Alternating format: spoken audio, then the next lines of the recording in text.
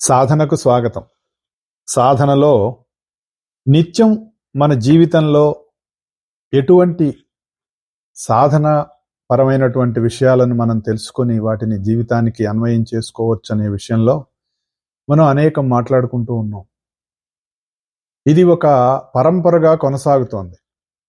అలాగే మనం మన నిత్య జీవితంలో ఎలా నడుస్తుంది, ఎలా వెళుతుంది అనేటటువంటి ఒక భావన మన అందరి మనసుల్లో నిత్యం ఉంటూ ఉంటుంది. ఏ రోజుకి ఆ రోజే ఫ్రెష్గా ఇవాళ ఒక సమస్య ఉందేమో, వస్తుందేమో, లేదంటే నిన్నటి సమస్యకి పరిష్కారం ఎలా అవుతుంది అనే ఒక భావన. ఎందుకంటే సమస్యలు అనేవి నిత్యం జీవితంలో పెరుగుతూనే ఉన్నాయి, కానీ వాటికి పరిష్కారాలతోటి పరిష్కరింపబడటం లేదు అని మనకు అనిపిస్తూ ఉంటుంది. ఎందుకంటే సమస్యని మనం ఒక భిన్న కోణంలోంచి మనం చూస్తూ ఉంటాం. సమస్యని మనకంటే వేరుగా చూస్తూ ఉంటాం. సమస్యకి కారణం బయట ఎక్కడో మనం వెతుకుతూ ఉంటాం. ఎన్నో రకాలైనటువంటి కారణాలు మనం వెతుకుతూ ఉంటాం. పక్కనున్నవాడు కావచ్చు, లేదంటే ఇంకొకటి కావచ్చు, ఇలా రకరకాలుగా మనం వెతుకుతూ ఒకటి మనం ఏం మర్చిపోతామంటే సమస్యని మనలో మనం వెతకం. మనలో మనం సమస్యను ఎప్పుడైతే వెతకటం ప్రారంభిస్తామో సమస్యకు ఉన్నటువంటి సోర్స్ ఏంటి, అసలు ఎక్కడ పుడుతోంది అన్నది మనకు తెలుస్తుంది. అప్పుడు మనకు తెలిసినప్పుడు సమస్య బయట లేదు, మనలోనే ఉన్నది అనేటటువంటిది ఎప్పుడైతే మనకు తెలిసిందో దాని పరిష్కారం కూడా మనం వెతకటం ప్రారంభిస్తాం. అది కూడా మనలోనే ఉంటుంది పరిష్కారం. అంటే ఆ పరిష్కారం మనలో దొరికినప్పుడు ఆ పరిష్కారాన్ని మనం సరిగా ఎప్పుడైతే మనం పరిష్కరించుకోగలుగుతామో అప్పుడు ఆ సమస్య నుంచి మనం బయటకు వస్తాం. ఏమిటి సార్ ఆ పరిష్కారం అంటే, సమస్య అనేటటువంటిది మనలో పుడుతోంది అంటే అది మానసిక స్థితిలో ఒక సమస్యగా మనం భావిస్తున్నాము. నిజానికి సమస్య అనేటటువంటిది ఒక ప్రత్యేకంగా ఏమీ లేదు అన్నది మనకు తెలుస్తుంది. సమస్యకి కారణం మన భావం, ఆ భావంలో ఉన్నటువంటి మన బంధనం వల్లనే మనం దాన్ని సమస్యగా భావిస్తున్నాం తప్ప దానికి ప్రత్యేకమైనటువంటి ఒక అస్తిత్వం ఏమీ లేదు అని తెలుస్తుంది. మనకు ఏదైనా ఒక ఆలోచన కలిగినప్పుడు ఆ ఆలోచనకి మనం ఊతం ఇవ్వటం అంటారు చూసారా మన మామూలుగా భాషలో, అంటే దానికి మనం ఎనర్జైజ్ చేస్తాం, దాన్ని పుష్ చేస్తాం. దేన్ని? మనకు వచ్చిన భావాన్ని. అంటే మనకు వచ్చిన భావానికి మనమే ఎనర్జీ ఇచ్చి, ఎనర్జీ ఎక్కడి నుంచి వస్తుంది? నీలోంచే వస్తుంది. నువ్వు చైతన్యం, నువ్వే ప్రజ్ఞ, నువ్వే శక్తి, నువ్వే ప్రాణం, అన్నీ నువ్వే. నీలోంచే అన్నీ పుడుతున్నాయి నువ్వు ఆధారంగా. దాన్నే మన వాళ్ళు ఏం చేశారంటే దాన్ని ఆత్మతత్వంగా మనకు చెప్పారు. ఆత్మతత్వంగా నువ్వు ఉన్నప్పుడు నీలోంచి పుడుతున్నటువంటి చైతన్యం, చైతన్యం ద్వారా వస్తే ప్రజ్ఞ, ఆ ప్రజ్ఞ ద్వారా వచ్చేటటువంటి ప్రాణం, అవన్నీ కూడా నీ శరీరాన్ని నడిపిస్తున్నాయి. ఈ శరీరం ఎప్పుడైతే ఎంతకాలం ఉంటుందో ఆ శరీరం ఉన్నంతకాలం వ్యక్తం అవుతూ ఉంటాయి. శరీరం లేనప్పుడు అవ్యక్తంలోకి వెళతాయి అని చెప్తారు. అక్కడ ఏం చేస్తాయి ఎవరికి తెలీదు. తెలిసిన వాళ్ళు కొంతమంది మనకు చెప్పారు. అది అవతల వాళ్ళ అనుభూతి, కానీ మనకి అది మన సొంత అనుభూతి కాదు కదా. మనం మన సొంత అనుభూతి పొందేంత వరకు కూడా దానికి సంబంధించినటువంటి సాధన నిరంతరం నిత్యం మనం చేసుకుంటూనే ఉండాలి. ఇలా ఉంటుంది అనేటటువంటి ఒక నాలెడ్జ్ మనకు వచ్చినప్పుడు దాన్ని మన జీవితంలో అప్లై చేసుకుంటూ వెళ్తున్నప్పుడు ఆ అప్లికేషన్ వల్ల మనకు ఆ ఎక్స్పీరియన్స్ వస్తుంది. నువ్వు అప్లై చేయకపోతే ఎక్స్పీరియన్స్ రాదు. అది మనం గుర్తుపెట్టుకోవాలి. మనం దానిలో భాగంగానే భగవద్గీత గురించి మనం చెప్పుకుంటూ ఉన్నాం. ఇది ఒక ప్రవాహం. ఎందుకంటే ఆ ప్రవాహం అని ఎందుకన్నామంటే అది ఆగదు ఎక్కడ, అది నిరంతరం అలా ప్రవహిస్తూనే ఉంటుంది. దానికి మొదలెక్కడుందండి? నువ్వే మొదలు. చివరెక్కడుందండి? నువ్వే చివర. అంటే ఒక నది పుట్టిన ప్లేస్ నుంచి అది ఎక్కడికి వెళ్ళిపోయిన తర్వాత ఎండ్ అవుతుంది? సాగర సంగమం జరిగినప్పుడు ఎండ్ అవుతుంది అని చెప్తారు. అంతే కదా. మనకు భూమి మీద ఉన్న నదులన్నీ ఎక్కడో అక్కడ వెళ్ళి సముద్రంలో కలవాలి. ఈ సముద్రంలో కలిసిన తర్వాత నదికి తనకంటూ తాను ఒక ప్రత్యేకమైనటువంటి అస్తిత్వం ఏమి ఉండదు. పుట్టినప్పుడు ఒక చిన్న పాయగా మొదలవుతుంది. మనం చూసేటటువంటి కృష్ణ, గోదావరి, మరి ఎంత నైలు నది అయినా, భూమి మీద ఉన్నటువంటి అనేక నదులన్నీ కూడా మనం ఏ నదిని చూసినా దాని సోర్స్ అంటే ఎక్కడ మొదలైంది అని కనుక మనకు వెళ్ళి చూసినట్లయితే అక్కడ ఏదో ఒక చిన్న పిల్లకాలువ లాగానో ఒక చిన్న స్ట్రీమ్ లాగానో మొదలవుతుంది.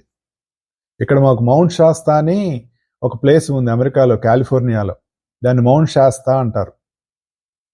దాని గురించి మనకి రమణ మహర్షి గారు కానీ వీళ్ళు ఏం చెప్పారంటే, మనకి ఇటువైపు అరుణాచలం ఎలా ఒక అద్భుతమైనటువంటి శివశక్తి కేంద్రంగా ఉన్నదో, దీనికి కౌంటర్ పార్ట్ గా వెస్ట్ లో మనకి మౌంట్ శాస్తా ఉంది అనేటటువంటిది ఒక ఆయన చెప్పిన రమణ మహర్షి గారు చెప్పినటువంటి విషయం.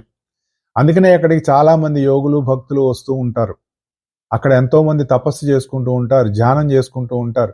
అండోయ్ మనవాళ్ళు కాదండో, ఇక్కడ విదేశీయులే, వాళ్ళలో కూడా భక్తులు ఉన్నారు, వాళ్ళలో కూడా జ్ఞానులు ఉన్నారు, వాళ్ళల్లో కూడా యోగులు ఉన్నారు. అది మనం గుర్తుపెట్టుకోవాలి. యోగం అంటే ఏదో మన భారతదేశంలో ఉన్న వాళ్ళే యోగులు అనుకోకర్లా. భూమంతా ఉన్నారు, జ్ఞానులందరూ కూడా భూమంతా ఉన్నారు. భూమంతా జ్ఞానాన్ని వెదజల్లుతూనే ఉంటారు. ఒకప్పుడు జ్ఞానం అంతా ఒకే చోట ఉండేది, వాళ్లే భూమంతా వెళ్ళే, ఒకే చోట కాదు, ఒకే రకమైనటువంటి జ్ఞానం భూమంతా ఉండేది. తర్వాత మనిషి యొక్క స్వార్థంతో దాన్ని చిలువలు పలువలుగా చేసేసుకుంటూ ఎక్కడికక్కడ ముక్కలు చేసేసి ఇది నాది ఇది నీది అని మనం రకరకాలుగా మనం మతాలు పెట్టేసుకున్నాం. కానీ మతం కంటే గొప్పది ధర్మం అని గుర్తుపెట్టుకోవాలి. అన్నిటికంటే ఉత్తమమైనటువంటిది ధర్మం.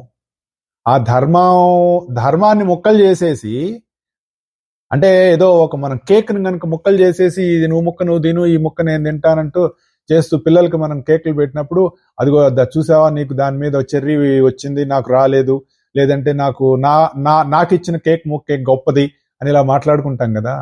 పిల్లలు మాట్లాడుకోవడం చూస్తూ ఉంటాం. అఫ్ కోర్స్ పెద్దవాళ్ళు అనుకోరలేండి, ఎందుకంటే బాగోదని. సో నేను ఎందుకు చెప్తున్నానంటే, ధర్మాన్ని మనం అలా ముక్కలుగా చేసేసుకొని నా ధర్మం గొప్పది అని దానికి ఒక మతం అనే ముసుగు వేసేసుకొని రకరకాలుగా భ్రష్టు పుట్టిపోయాం. ఉన్నది ఒకే కేక్, దాన్ని 4 ముక్కలు చేసుకొని తింటున్నప్పుడు నా ముక్కే రుచిగా ఉంది అని ఆలోచించేవాడు ఎంత అజ్ఞానం. ఒకే ధర్మాన్ని 4 ముక్కలు చేసుకొని 400 ముక్కలు చేసుకొని అందులో నాదేమో గొప్పదే అని అనుకునేవాడు మూర్ఖుడు. కానీ ఈ ధర్మం అనేటటువంటిది నిరంతరం విరాజిల్లుతూనే ఉంటుంది. దాన్ని ఎవడు ఏం చేయలేడు. ఎందుకు? అది ఉండేది ఎప్పుడు, ఎవర్ ఎగ్జిస్టింగ్ ధర్మ అంటారు. ఇదేదో చెప్తున్నానంటే, అటువంటి ధర్మాన్ని మనం పాటించాలి అంటే దానికి మనకి పెద్దలు ఇచ్చినటువంటి వాటివి మాత్రమే మనకి శరణ్యము. అవి లేకపోతే ఇంకొకటి లేదు. నాణ్య పంధాయనాయ విద్యతే అంటే ఇంకో మార్గం లేదు అని అర్థం. దాంట్లో మనకి మన రాజగుహ్య యోగం గురించి మనం చెప్పుకుంటున్నప్పుడు మనకేం చెప్పాడు, నువ్వు ఏ విధమైన పూజలు చేసినా, ఏ దేవతకి చేసినా, విధి విధానంగా చేసినా, విధి విధానం కాకపోయినా అందులో ఉన్నటువంటి నేను అనే తత్వానికి నాకే చేస్తున్నావు. కానీ నువ్వు లేబుల్ చూసినంత కాలము మోహంలో ఉంటావు. లేబుల్ దాటి సోర్స్లో గనుక నువ్వు ఎప్పుడైతే వెళ్తావో మోహం దాటినట్టు అవుతుంది అని మనకు చెప్పాడు. తర్వాత నువ్వు ఎక్కడెక్కడ ఎవరెవరిని ఎలా పూజ చేస్తున్నావు అలా వెళ్తున్నావు అని చెప్తున్నావు. కానీ నన్ను గనక ధ్యానం చేస్తే, నన్ను ఆ వైపు గనక నువ్వు ప్రయాణం చేస్తే నీలో ఉన్న, నాలో ఉన్న, అంతటా ఉన్న ఏకత్వం చెందినటువంటి ఆ తత్వంలోకి వెళతావని చెప్పాడు. ఇది రాజగుహ్య యోగంలో చెప్పినటువంటి చాలా ముఖ్యమైనటువంటి విషయాలలో అనమాట. ఆ తర్వాత ఏం చెప్పాడు, మనం గత వారం చెప్పుకున్నాం, పత్రం పుష్పం ఫలంతోయం చెప్పుకున్నాం కదా. ఏమిటి 4 అన్నదానికి చాలా వివరంగా చెప్పుకున్నాం. నీలో ఉన్నటువంటి అంతఃకరణాలు ఏవైతే ఉన్నాయో, మనసు, బుద్ధి, చిత్తం, అహంకారం అనేటటువంటి 4 అంతఃకరణాలు, ఇన్నర్ ఇంప్లిమెంట్స్ అంటారు. మనకి ఎలాగైతే బయటకి ఇవన్నీ కొన్ని కనపడుతూ ఉంటాయో అంతరంగంలో కూడా ఉంటాయి. అంటే నీలో ఉన్నటువంటి అంతఃకరణాలని భక్తి శ్రద్ధలతోటి భగవంతుని అర్పణంగా, అంటే నీలో ఉన్న నేనుకి నువ్వు గనక ఆత్మసమర్పణ చేసుకున్నట్లయితే అప్పుడు వాటిని నేను భక్తితో స్వీకరిస్తాను. దానికి ఒక పొడుపు కథ లాంటిది అనిపించింది నాకు. ఎందుకంటే మామూలుగా ఏం చెప్తారంటే, బాగా ధనవంతులైనటువంటి వాళ్ళు కావలసినటువంటి ఆహార పదార్థాలు, రకరకాల నైవేద్యాలు భగవంతుడికి ఇస్తారండి.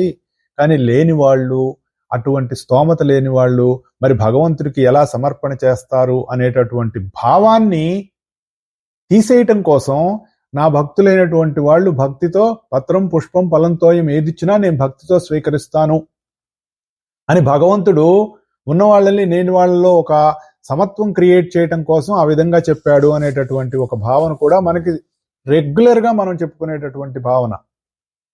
లోతుల్లోకి వెళ్ళి చూస్తే మనకు అర్థమయ్యేది ఏంటంటే, అవన్నీ కరెక్టే, కానీ నీ అంతఃకరణాలైనటువంటి వాటిని కూడా భక్తితో భగవంతునికి గనక నువ్వు సమర్పణ చేసినట్లయితే వాటిని భగవంతుడు భక్తితో స్వీకరిస్తున్నాడు అనేటటువంటిది మనకి అందులో ఉన్న అంతరార్థంగా తీసుకోవచ్చు అనేటటువంటి ఒక విశ్లేషణ మనం చేసుకున్నాం. అందుకు నువ్వేం చేయాలి అది కూడా మనకి చెప్పాడు కదా.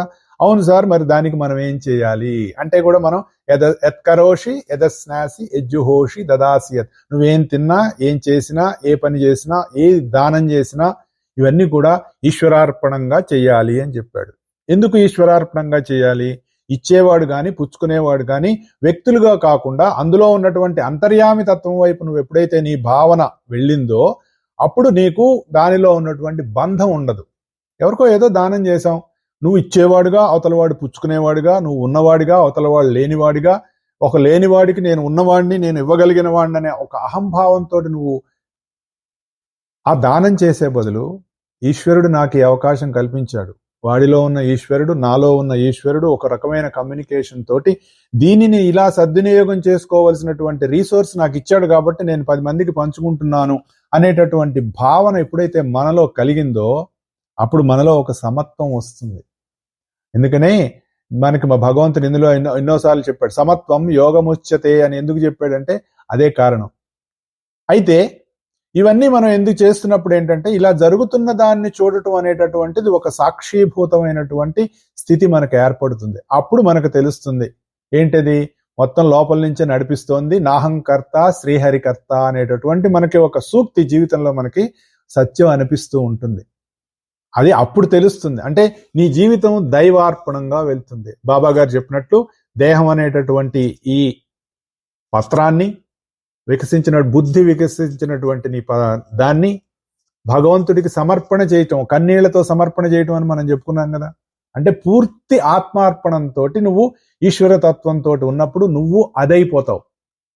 నీకుగా ప్రత్యేకమైనటువంటి అస్తిత్వం లేకుండా నువ్వు ఎప్పుడైతే అదైపోతావో నీ జీవితం యోగా యజ్ఞార్థం జీవించడం అనేటటువంటిది జరుగుతుంది.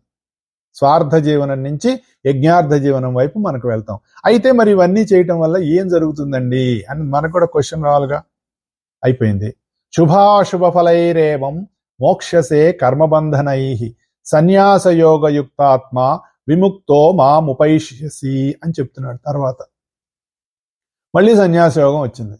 ఏమి సార్ ఎంతసేపు సన్యాసాలు తీసుకోవటమేనా? సన్యాసం అంటే అన్నీ వదిలేయటం కాదండి, అది గుర్తుపెట్టుకోవాలి. ఎవరైతే పై విధంగా సమస్తాన్ని నాకు సమర్పణ చేసిన వానికి పాప పుణ్య ఫలముల బంధము విడువడును, అదండి దీని అర్థం. శుభాశుభ ఫలైరేవం మోక్షసే కర్మబంధనై. మనం చాలా వివరంగా మనం గతంలో చెప్పుకున్నాం. కావాల్సిన వాళ్ళు సాధన బై మంగేష్ అనేటటువంటి యూట్యూబ్ ఛానల్లో మనం ఇంతకుముందు మనం మాట్లాడుకున్నవన్నీ ఉన్నాయి. ఎందుకంటే అవసరమైన వాళ్ళకి ఎప్పుడు ఎక్కడ ఎలా చేరుతుందో మనకు తెలియదు.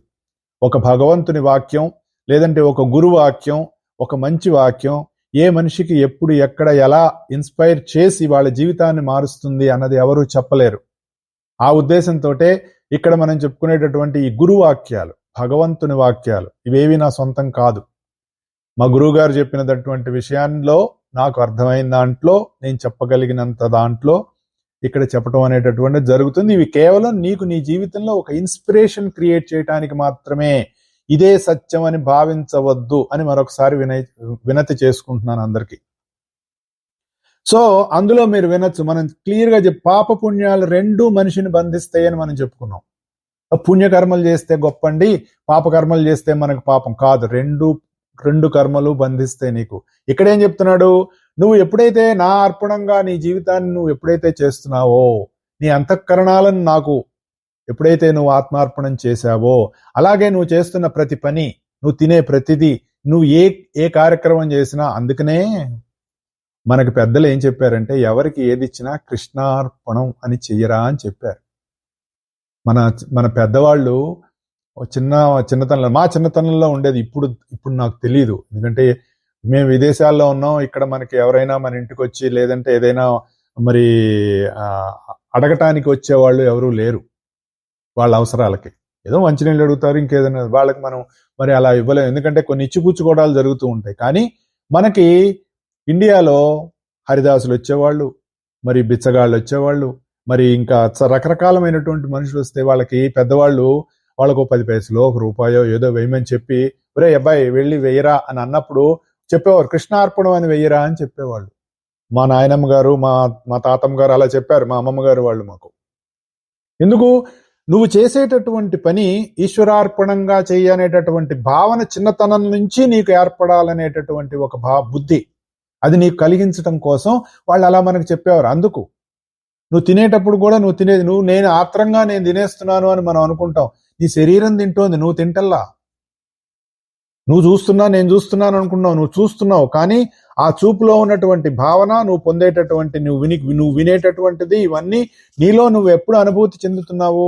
నేనుగా ఉన్నప్పుడు దానిలో ఉన్నటువంటి నిజమైనటువంటి పరమార్థం నీకు తెలుస్తుంది. కానీ మనం రకరకాల భావనలతోటి మనం ఇరుక్కుపోయి మనం ఎప్పుడైతే మనం చూస్తూ ఉంటామో అందులో కొన్ని హెచ్చుతగ్గులు అనేటటువంటివి జరుగుతూ ఉంటాయి.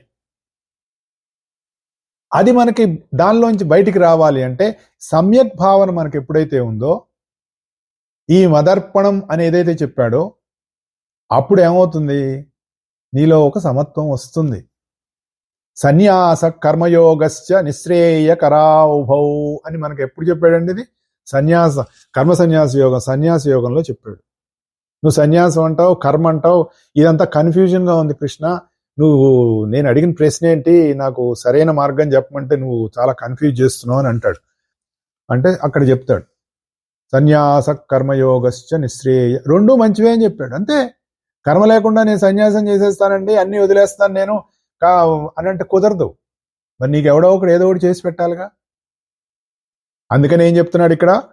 నువ్వు ఎప్పుడైతే ఈశ్వరార్పణంగా నీ జన్మని, నీ కర్మల్ని, నువ్వు చేసేటటువంటి సమస్తం కూడా అర్పణ చేస్తూ నీ జీవితాన్ని కొనసాగిస్తావో, అప్పుడు శుభాశుభ ఫలైరేవం మోక్షసే కర్మబంధనై, అంటే పాపపుణ్యాల వల్ల వచ్చేటటువంటి ఫలితాల వల్ల పొందేటటువంటి బంధనం నుంచి నువ్వు విడిపడతావు.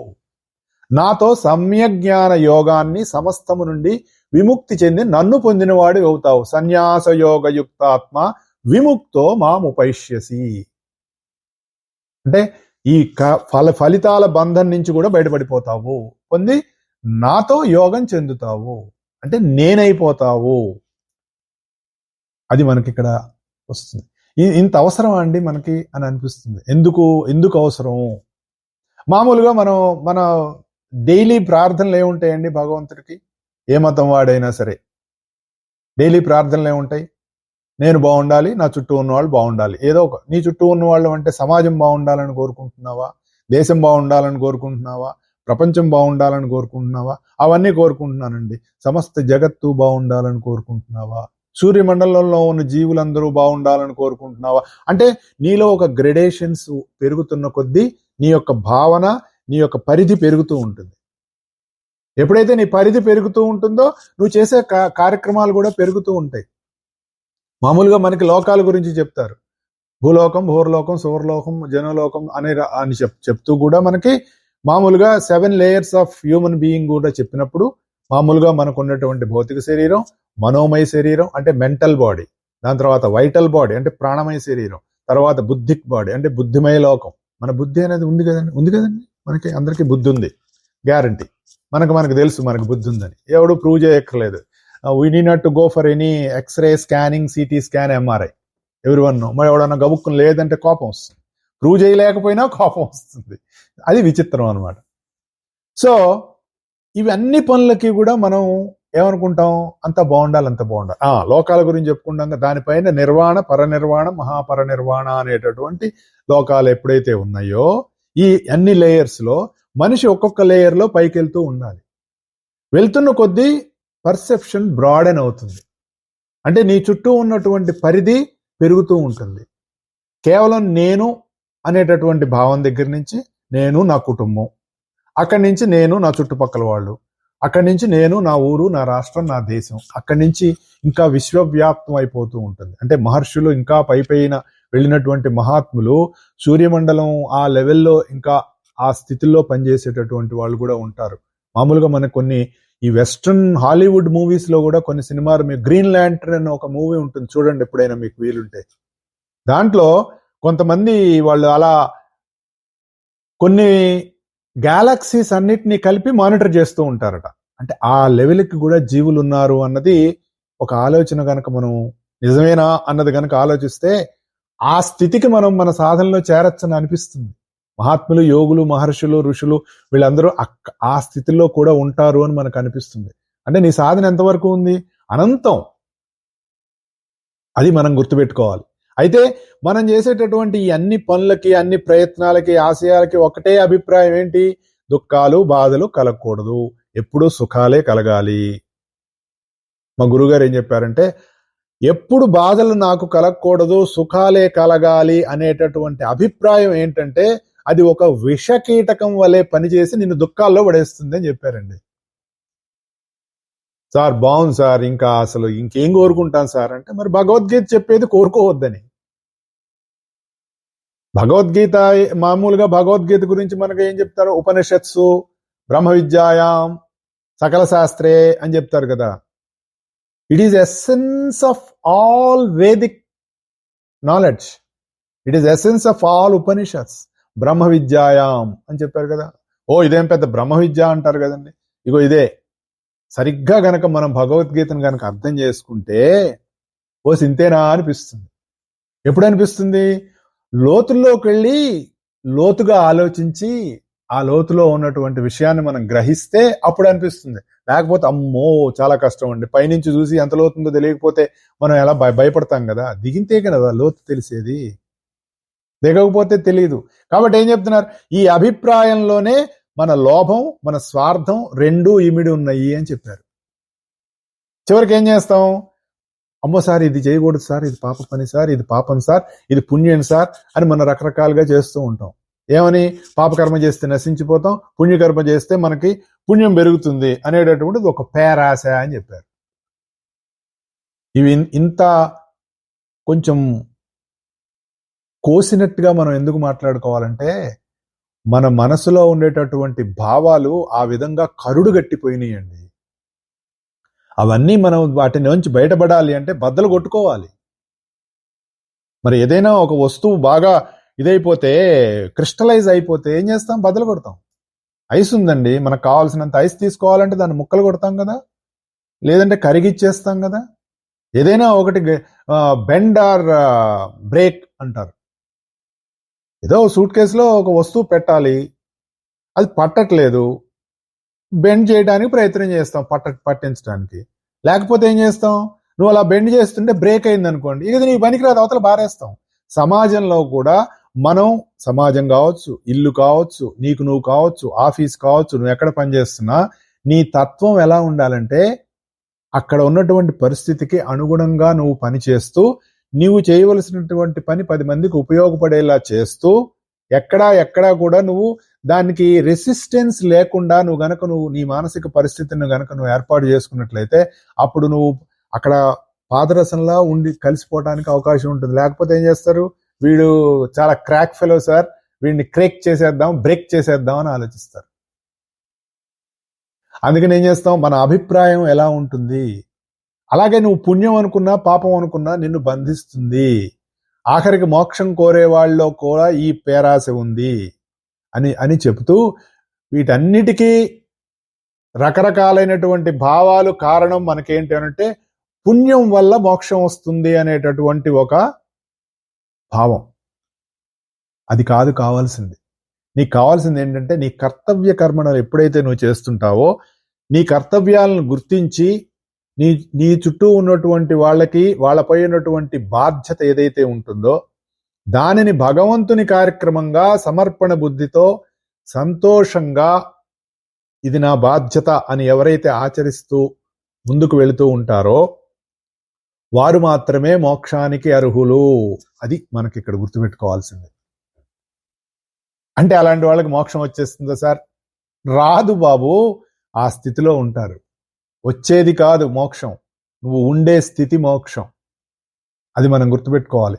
వాళ్ళదే భగవంతుని సామ్రాజ్యం, the Kingdom of God on earth అని జీసస్ చెప్పింది ఏంటంటే, ఆ స్థితిలో ఎప్పుడైతే మానవులు ఉంటారో అప్పుడు ఉండేటటువంటి సామ్రాజ్యం భగవత్ సామ్రాజ్యం. అంటే ఏంటి అర్థం? అందరిలో ఉన్నటువంటి ఒకడే అందరిగా జీవిస్తాడు. ఏకత్వంలో భిన్నత్వం, భిన్నత్వంలో ఏకత్వం అనేటటువంటిది అప్పుడు నిజంగా మనకి అనుభూతి అవుతుంది. మనకి ఒక పాట ఉందండి, సిరివెన్నెల గారు ఒక మంచి అద్భుతమైన పాట. ఇలాంటి పాటలు మనం వేసుకోలేము, ఏం చేద్దాం మరి.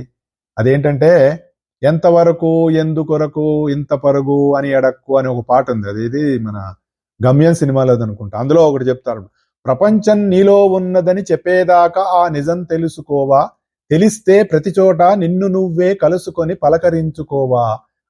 దీన్ని మనం చాలా వివరం చేసుకోవచ్చు. ఎందుకు చెప్పాను తెలుసా? ప్రపంచం మనలోనే ఉంది అంటే, ప్రపంచం అంతా నీలోనే ఉన్నది అంటే, ప్రపంచంగా నువ్వు ఉన్నావు అని అర్థం. ప్రపంచంగా నువ్వు ఉన్నావు అంటే ప్రపంచంలో ఉన్న ప్రతివాడు కూడా నువ్వే అని అర్థం. అప్పుడు నువ్వు ఎక్కడ చూసినా నిన్ను నువ్వే పలకరించుకుంటావు. ఇది భగవద్గీతలో చెప్పినటువంటి అత్యద్భుతమైనటువంటి బోధల్లో ఆ 2 వాక్యాలు గనక మనం దాన్ని సమన్వయం చేసుకుంటే మనకు అర్థం అవుతుంది. కాబట్టి నువ్వు సమర్పణ బుద్ధితో నీ జీవితం వెళుతూ ఉంటే ఇటువంటి సన్యాస యోగం అనేటటువంటిది నీకు కలుగుతుంది. అంటే ధర్మాన్ని ఆధారం చేసుకొని నీ కర్తవ్య పాలన ఎప్పుడైతే నువ్వు నిర్వహించుకుంటూ వెళుతూ ఉన్నావో అప్పుడు నీకు తెలియకుండానే ప్రకృతి నిన్ను ఆ కర్తవ్యం వైపు నడిపిస్తుంది. దీన్ని ఎలా మనం ప్రూవ్ చేసుకోవాలనుకుంటే రామాయణం అంతా అదే. ఒకసారి రామాయణాన్ని గమనించండి. What is the tag line for Ramayana అని కనుక ఆలోచిస్తే, రామో విగ్రహవాన్ ధర్మ. ఇది చెప్పిన వాడు ఒక రాక్షసుడు. రామో విగ్రహవాన్ ధర్మ. నిన్న మా పెద్దబావ గారితో మాట్లాడుతుంటే ఆయన రామాయణం చాలా రెగ్యులర్ గా చదువుతూ ఉంటారు.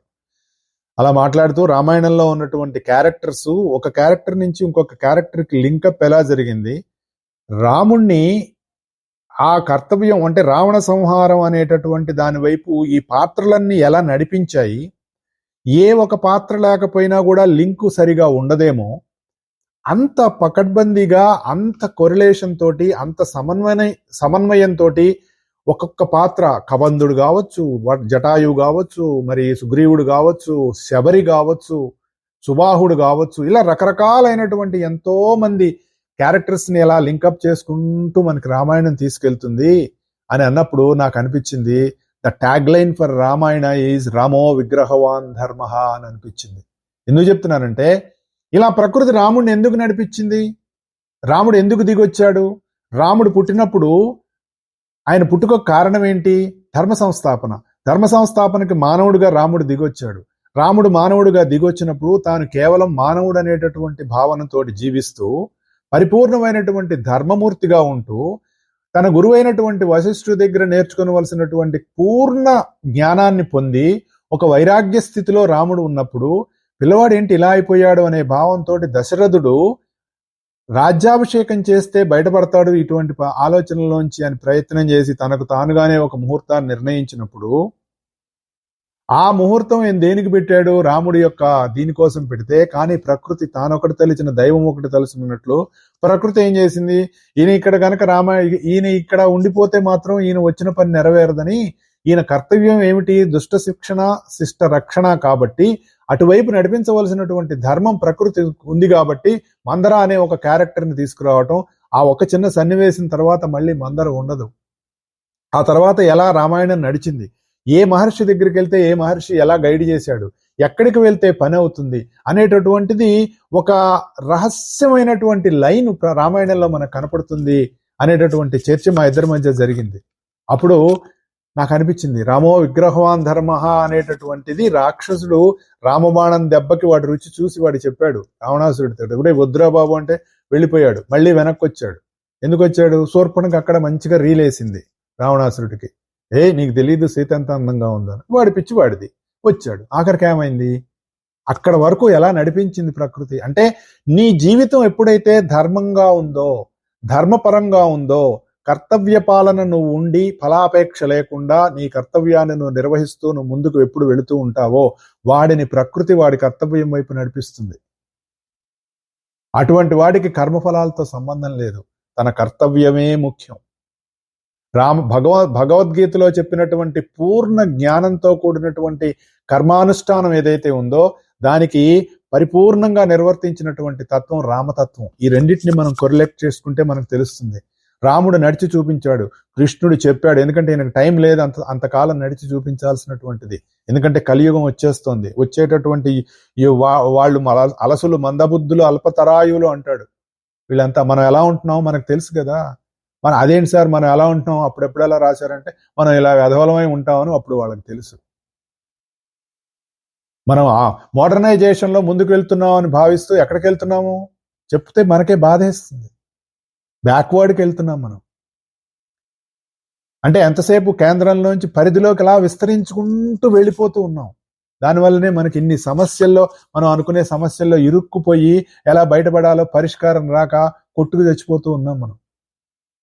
ప్రతి వాడు ఈ భూమి మీద ఎవరినైనా ప్రశ్నించండి, మీరు వెళ్ళి ఒక ఇంటర్వ్యూ చేయండి. ఏం బాబు హ్యాపీగా ఉన్నామంటే నాట్ బ్యాడ్ అంటాడు. అసలు ఆ జవాబే తప్పు, పరమ దరిద్రమైన జవాబు అది. నేను బాగున్నాను, ఐఎమ్ గుడ్, వండర్ఫుల్ అని ఎవడు చెప్పలేడు. ఎందుకంటే అదేమంటే వాడు వెనకాల వీపు మీద పెద్ద బరువు మోస్తున్నాడు, వాడు సమస్యల బరువు. మెంటల్గా there is no physical weight. So ఇవన్నీ మనకి పోవాలి అంటే ఈ భావాల నుంచి మనం బయటపడాలి.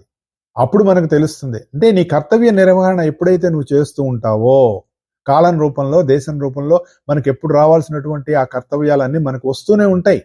వాటిని మనం నిర్వర్తించుకుంటూ ముందుకు వెళ్ళాలి. అలాంటి వాడికి మోక్షస్థితి అనేటటువంటిది జరుగుతుంది. అదే మనకి ఇక్కడ భగవద్గీత అందించేటటువంటి ఒక అత్యుత్తమమైనటువంటి. ఇవన్నీ ఏం చేస్తే ఏమొస్తుందంటే శుభాశుభ కర్మఫల బంధాల నుంచి నువ్వు బయటపడి నాతో యోగం చెంది ఉంటావు అన్నది మనకి భగవద్గీత మనకి ఇక్కడ అందించినటువంటి మరొక ముఖ్యమైనటువంటి విషయం. ఇవన్నీ చేస్తే ఏమొస్తుందండి అంటే ఇది వస్తుంది అని మనకు తెలుస్తుంది. కాబట్టి పుణ్యం కోసం కర్మలు ఆచరించేవారు కూడా మోక్షాన్ని పొందలేరు అనేటటువంటి ఒక హెచ్చరిక చేస్తూ మళ్ళీ తర్వాత ఏం చెప్తున్నాడు? సమోహం సర్వభూతేషు నమే ద్వేష్యోస్తి న ప్రియః ఏ భజంతి తు మాం భక్త్యా మయితేషు చాప్యహం. ఏం చెప్తున్నాడండి? సమస్త భూతములయందు నేను సమముగా ఉన్నాను. నాకు ద్వేషింపదగువారు కానీ ప్రేమింపతగువారు కానీ ప్రత్యేకముగా ఎవ్వరునూ లేరు. వారి యందున్న నన్ను సేవించు వారిని నేనును సేవింతును. ఎంత అద్భుతమైనటువంటి విషయం అంటే ఇది. దీని గురించి ఎంతైనా చెప్పుకోవాలి నిజం చెప్పాలంటే. ఎందుకంటే సమోహం సర్వభూతేషు, సమ్మోహం కాదు, సమోహం, సమ అహం సర్వభూతేషు, సమస్త భూతాలలో సమంగా ఉన్నానని చెప్తున్నాడండి. సమం అంటే యోగస్థ కురు కర్మాణి సంగం త్వక్త్వా ధనుంజయ సిద్ధా సిద్ధ్యో సమోభూత్వా సమత్వం యోగముచ్యతే. ఎక్కడ చెప్పాడండి ఇది? సాంఖ్యయోగంలో చెప్పాడు. సాంఖ్యయోగంలో అంటే 2వ అధ్యాయం, సాంఖ్యయోగంలోనూ 3వ అధ్యాయమైనటువంటి కర్మయోగంలోనూ చెప్పినటువంటి విషయాలనే మరికొంత వివరంగా ఇంకా బాగా వివరంగానే మనకు మిగిలినటువంటి అధ్యాయాల్లో మనకు ఆ విషయం కనపడుతుంది. మోర్ ఎక్స్ప్లెనేషన్, మోర్ డీటెయిల్డ్గా కనపడుతుంది. ఇక్కడ ఏం చెప్తున్నాడు? సమోహం సర్వభూతేషు, అన్ని భూతాల్లో సమంగా ఉన్నాను. బంగారం ఒక ఎగ్జాంపుల్, మనం ఏదో ఒక ఎగ్జాంపుల్ చెప్పుకోవాలిగా. బంగారం, ఎన్ని ఆభరణాలు చేసినా అన్ని ఆభరణాల్లో బంగారం బంగారంగానే ఉంటుంది. ఎన్ని కుండలు చేసినా మట్టి మట్టిగానే ఉంటుంది. ఆవకాయ పచ్చడి ఎన్ని 100 కాయలైనా 500 కాయలతో ఆవకాయ పచ్చడి పెట్టినా ఆవకాయ పచ్చడి మొత్తంలో ఉప్పు, కారం, మరి ఆవు పిండి, నూనె, ముక్కలు అన్ని సమానంగానే అన్ని ఉంటాయి.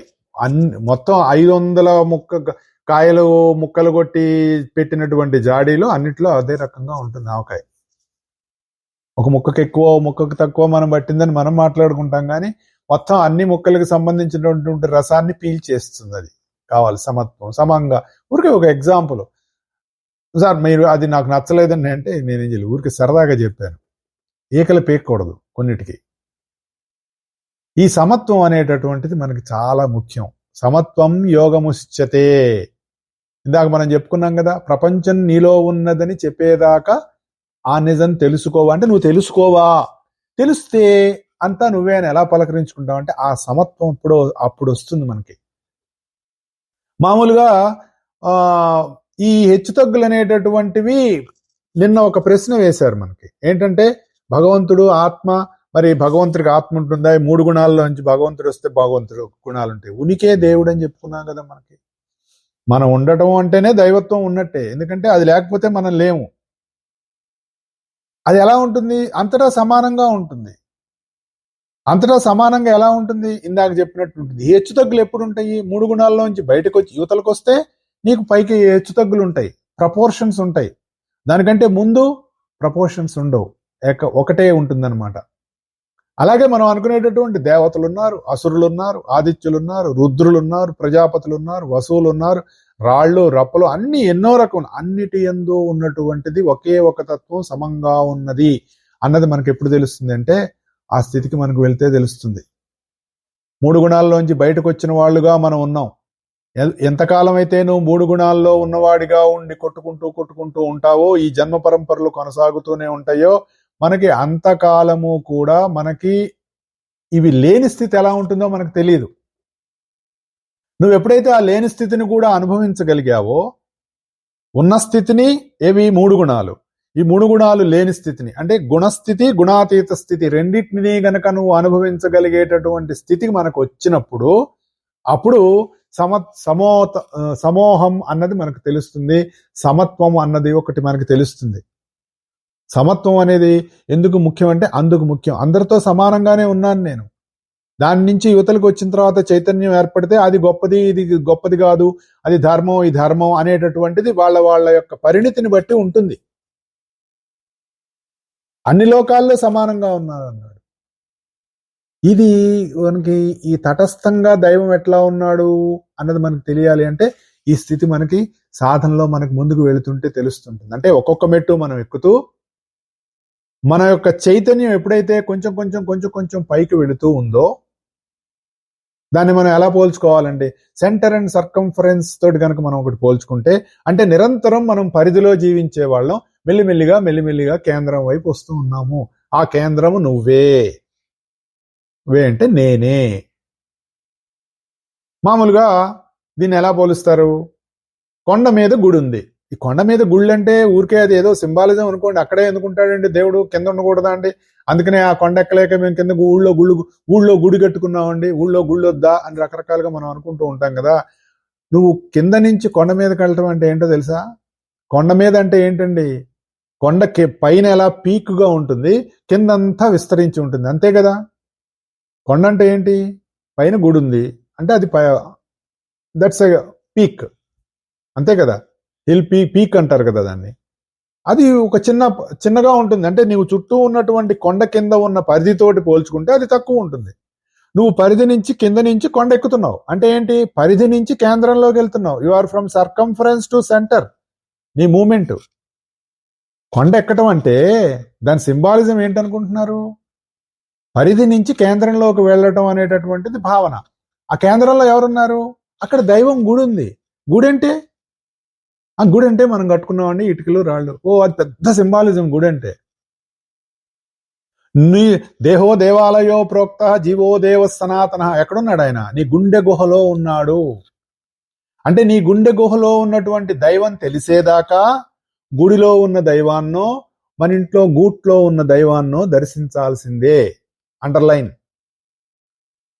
అది గుర్తుపెట్టుకోవాలి మనం. అంటే మన గుండెలో ఉన్నటువంటి దైవం మనకు తెలియాలి.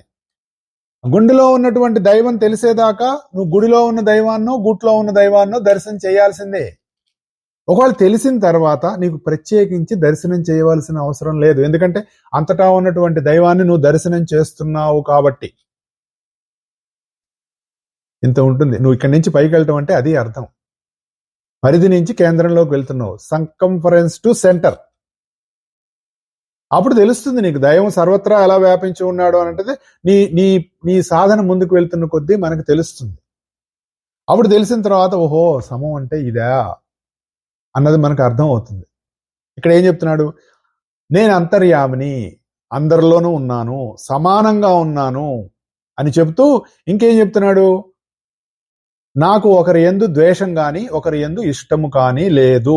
దయచేసి దీన్ని మనం ప్రత్యేకంగా గోల్డెన్ లెటర్స్ లోనో లేదంటే ఇంకా అంతకంటే అత్యంత విలువైనటువంటి మెటల్ ఏదైతే ఉంటో దాంతో రాసి అండర్లైన్ చేసుకొని మన బుర్రలో మన బుద్ధిలో దాన్ని ఏం చేయాలంటే ఇన్స్టాల్ చేసేసుకోవాలి, స్థాపన చేసేసుకోవాలి. నాకు ఒకళ్ళ మీద ఇష్టం ఒకళ్ళ మీద ద్వేషం ఈ రెండూ లేవని చెప్పాడు. మనం ఏం మాట్లాడతామండి? ప్రతిదానికి కూడా దేవుడు మా యందు కరుణ లేదండి, దేవుడికి మేమంటే ఇష్టం లేదండి, దేవుడు మాకు అన్యాయం చేశాడండి, దేవుడు అట్లా అండి, వీటన్నిటికీ కారణం దేవుడు ఉండే అని మనం చాలా చిలక పలుకులు పలుకుతున్నాం అని అనుకుంటున్నాం మనం. కానీ మన అజ్ఞానాన్ని మనం బయట పెట్టుకుంటున్నాం అని మనం అర్థం చేసుకోవాలి. ఇక్కడ భగవద్గీత చెప్తోంది, నాకు ఎవరి యందు ప్రేమ లేదు ఇష్టము లేదు, ఎందుకంటే I'm a complete neutral person. సృష్టి అంతా వ్యాపించి నేనున్నాను, నేను లేనిది లేదు, సమానంగా వ్యాపించి ఉన్నాను. ఇంకా నాకు కదలటానికి కూడా ప్లేస్ లేదు. నేను ఎంత వ్యాపనం చెంది ఉన్నానంటే నాకు కదలటానికి ప్లేస్ లేదు. అందుకనే శివుడిని స్థాణువు అంటారు. మీరు ఒక బెలూన్ ఊదారండి, దాని నిండా గాలి ఉంది, ఆ గాలి ఎక్కడికి వెళ్తుందండి? దానికి కదలటానికి ప్లేస్ లేదు కదా. సరే ఈ బెలూన్లో గాలి ఎక్కడుంది అని అడిగితే ఏం చెప్తారు? అదేంటి సార్ బెలూన్ అంతా గాలి ఉందని ఎలా చెప్తామో ఆ తత్వం సృష్టి అంతా అట్లా వ్యాపించి ఉండి కదలటానికి ప్లేస్ లేదుగా, కాబట్టి అది స్థాణువు అన్నాడు. అని చెప్పాడు, అందరితో నేను సమత్వం ఉంటాను, సమబుద్ధితో ఉంటాను, నాకు ద్వేషించేవాడు కానీ ద్వేషింపదగినవాడు కానీ ప్రేమింపదగినవాడు కానీ లేడు. ఎందుకంటే ఇక్కడ ఇంకొక విషయం మనం గుర్తుపెట్టుకోవాలంటే, నా ప్రేమ యందు జీవులున్నారు కానీ ఎవరి యందునూ ప్రేమ ఉండదు.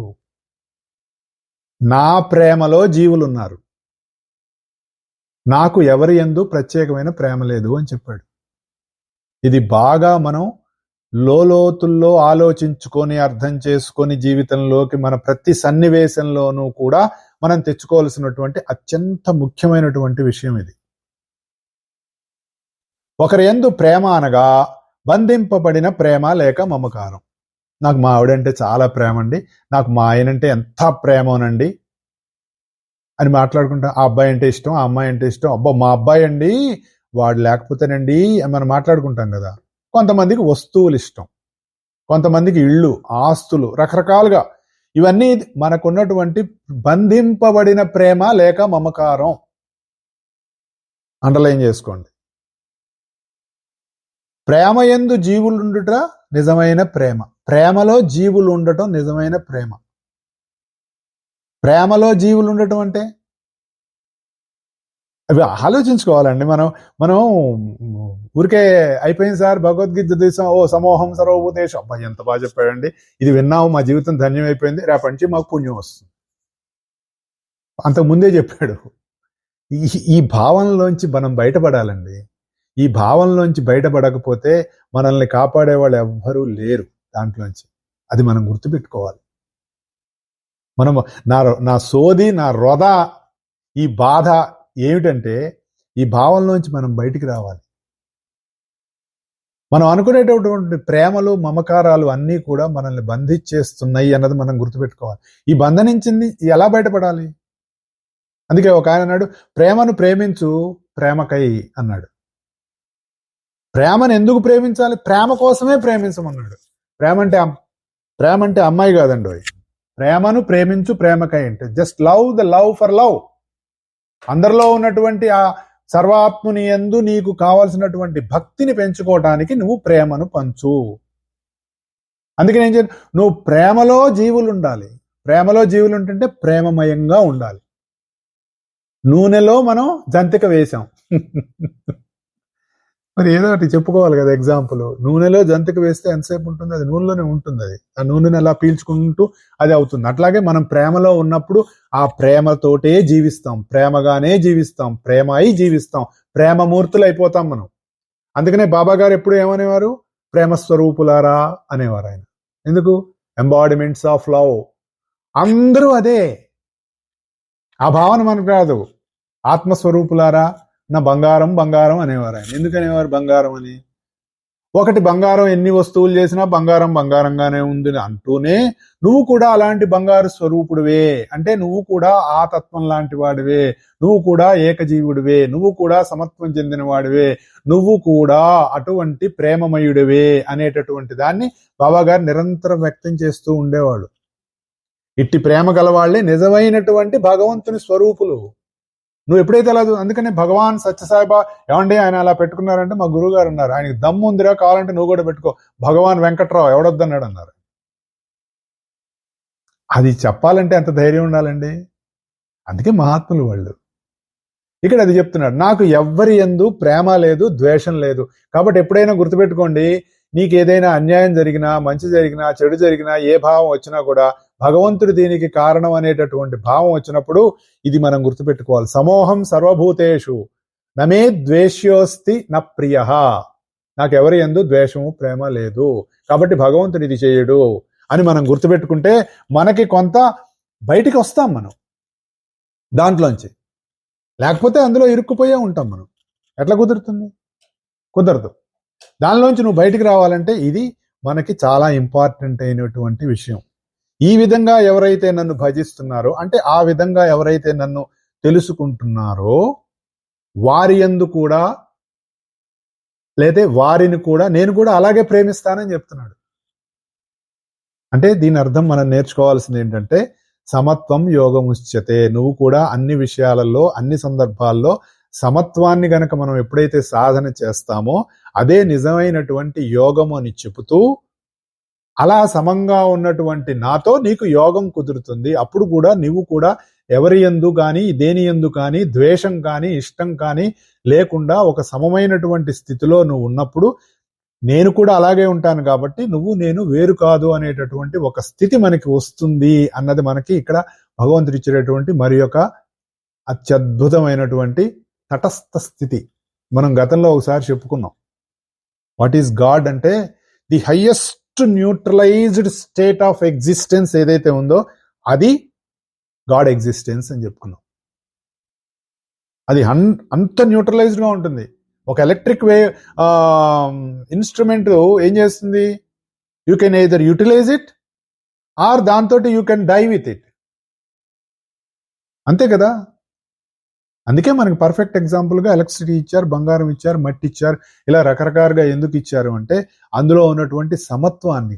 ఎప్పుడైతే నువ్వు ఈ సమత్వంతో తటస్థంగా ఉండేటటువంటి దైవంతో నీకు అనుసంధానం వచ్చిందో, సమత్వం వచ్చిందో, యోగత్వం వచ్చిందో, ఆ స్థితిని సమాధి స్థితి అంటారు.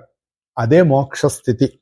దాన్ని ఎరిగిన వాళ్లే పరమాత్మను ఎరిగిన వాళ్ళు అని మనం గుర్తుపెట్టుకోవాలి. అది కాకుండా మనం రకరకాలుగా మనం ఆలోచిస్తూ ఉంటాం. ఏమండి యోగం చేస్తే ఇది వస్తుందట, ఏమండి యోగం చేస్తే అది వస్తుందట, ఏమండి ఈ యజ్ఞం చేస్తే ఇది వస్తుందట, ఇలా రకరకాలుగా ఏమండి దేవుడికి అరటిపళ్ళు పచ్చటివి పెట్టాలా, ఎర్రటివి పెట్టాలా, ఈ మధ్య రంగులు వస్తూ ఉన్నాయండి, ఒక ఒత్తి వేయాలా, రెండు ఒత్తులు వేయాలా, ఈ శాస్త్రాలన్నీ మనం రాసుకున్నవి. భగవద్గీతలు అవన్నీ లేవు, మొత్తం కొట్టేవతల పారేసింది భగవద్గీత వాటన్నిటిని. భగవద్గీత చదివితే నీకు బుద్ధి ఎందుకు మారుతుంది అంటే ప్రపంచంలో ఇప్పుడు మనం పెట్టుకున్నటువంటి రకరకాలైనటువంటి ఈ శాస్త్రాల పేరుతో మనం చెప్పుకునేటటువంటివి అన్నీ నిన్ను బంధిస్తాయని భగవద్గీత చెప్తోంది. మనం ఏం చేస్తున్నాం? లేదండి అది చేయకపోతే దేవుడికి కోపం వస్తుంది.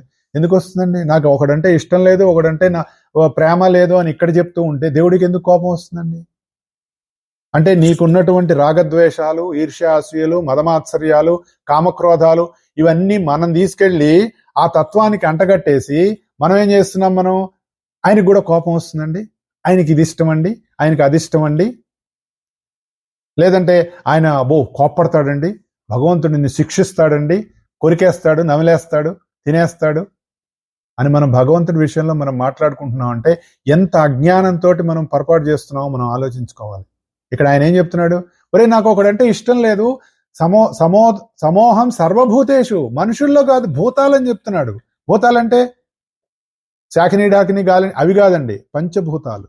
ఈ సృష్టికి ఆధారమైనటువంటి భూతాలు, పంచభూతాలను మనం ఏవైతే చెప్పుకుంటున్నామో, గాలి, నీరు, నిప్పు, నేల, ఇవి మనం ఏవైతే చెప్పుకుంటున్నామో వాటన్నిటిలో సమానంగా ఉన్నాను.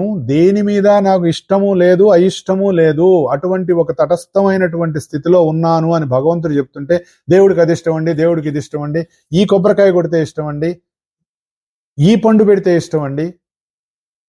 అందుకు భగవద్గీత మనం చదువుకోవాలి. అందుకు మనం దీన్ని మరింతగా మన జీవితాల్లోకి తెచ్చుకోవాలి. మనం అనుకునే పిపీలాది బ్రహ్మాంతం, అణువు నుంచి బ్రహ్మాండం వరకు నేను ఈక్వల్ గా వ్యాపించి ఉన్నాను అని చెప్తున్నాడు. అది మనకు అర్థం కాకుండా మనం మళ్ళీ ఈ లోపల మనం పెట్టంగానే ఒక యూట్యూబ్ లో వస్తుంది, ఏమండి మీరు కనుక ఇది చేసినట్లయితే తెల్లారిపాటికి మీరు కోటీశ్వరులు అంటే, మళ్ళీ మనం ఆశల్లోకి దిగిపోయాం. మనం అంటే కొండ ఎక్కుతూ ఉన్నాం, మెల్లిమెల్లిగా అక్కడి నుంచి జారి మళ్ళీ కిందకు వచ్చేసాం. మళ్ళీ ఎక్కడం మొదలు పెట్టాం. మళ్ళీ అదే బావిలో కప్ప ఎగ్జాంపుల్ ఎందుకు ఇచ్చారు అంటే, ఒకటి బావి అనేటటువంటి దాని ఒక కూపస్థంలో మనం ఇదే ప్రపంచం అనేటటువంటి భావంతో ఉన్నాం. ఒక సముద్రంలోంచి వచ్చిన ఇంకో కప్ప వచ్చి ఆ బావిలో పడిందిట. ఆల్రెడీ ఈ బావిలో ఉన్న కప్ప ఆ కప్పని అడిగిందిట, సముద్రం ఎంత ఉంటుంది, దాంట్లో గెంతితే ఇగో ఎంత ఉంటుందా అని ఇక్కడి నుంచి ఇక్కడికి గెంతిందట. అబ్బో ఇంకా పెద్దగా ఉంటుందట. ఇంకొంచెం గెంతిందట, ఇంకా పెద్దగా ఉంటుందట. అది అందుట, నీ మొహం ఇంతకంటే పెద్దది భూమి మీద లేదందుట. మనం కూడా అలాగే జీవిస్తున్నాం. దానిలోంచి బయటపడాలి, ఆ భావంలోంచి బయటపడాలి, ఆ అజ్ఞానంలోంచి మనం బయటపడాలి. రాముడు బంధిస్తాడు, కృష్ణుడు బంధిస్తాడు, ఈ భావాలన్నీ నిన్ను బంధిస్తాయి. వీటన్నిటినీ దాటి వాటన్నిటిలో ఉన్నటువంటి ఆ నేను అనేటటువంటి తత్వంలోకి నువ్వు ఎదిగినప్పుడే రాజవిద్య రాజకోశ యోగంలో చెప్పినటువంటి అత్యుత్తమైనటువంటి సమత్వం అనేటటువంటిది మనకు అబ్బుతుంది. అప్పుడు పుణ్యాపుణ్య ఫలాల సంబంధించినటువంటి బంధనాల నుంచి మనం బయటపడతాం. అప్పుడు అసలైనటువంటి సమత్వంతో కూడిన యోగత్వంలోకి మనం వెళ్ళినప్పుడు, అప్పుడు నువ్వు నేను వేరు కాదనేటటువంటి స్థితిలో నువ్వు నుంచున్నప్పుడు ఆ తత్వమే నీ యందు నీ అయి ప్రకాశిస్తూ ఉంటుంది. అందుకనే ఇందాకన్నాను నేను, గుండె గుహలోని దైవం తెలిసేదాకా గుడిలో ఉన్న దైవాన్నో గూట్లో ఉన్న దైవాన్నో దర్శించాల్సిందే. అందుకు నిరంతరం మన సాధన కొనసాగాల్సిందే. అలా కొనసాగుతున్న సాధన ద్వారా మనం మన జీవితాల్లో ఎన్నో అనుభూతుల్ని పొందుతూ దానిని మన జీవితంలో మనతో పాటుగా 10 మందికి కూడా పంచగలిగేటటువంటి స్థితికి మనం వెళ్ళినప్పుడు మన యోగ సాధన ముందుకు వెళుతుందనే భావాన్ని మరొకసారి వ్యక్తం చేస్తూ, అందరూ బాగుండాలి, అందరిలో మేము ఉండాలని ఆలోచిస్తూ భావిస్తూ ఈ వారానికి సెలవు తీసుకుంటున్నాను. వచ్చే వారం కలుద్దాం. జై గురుదేవ్.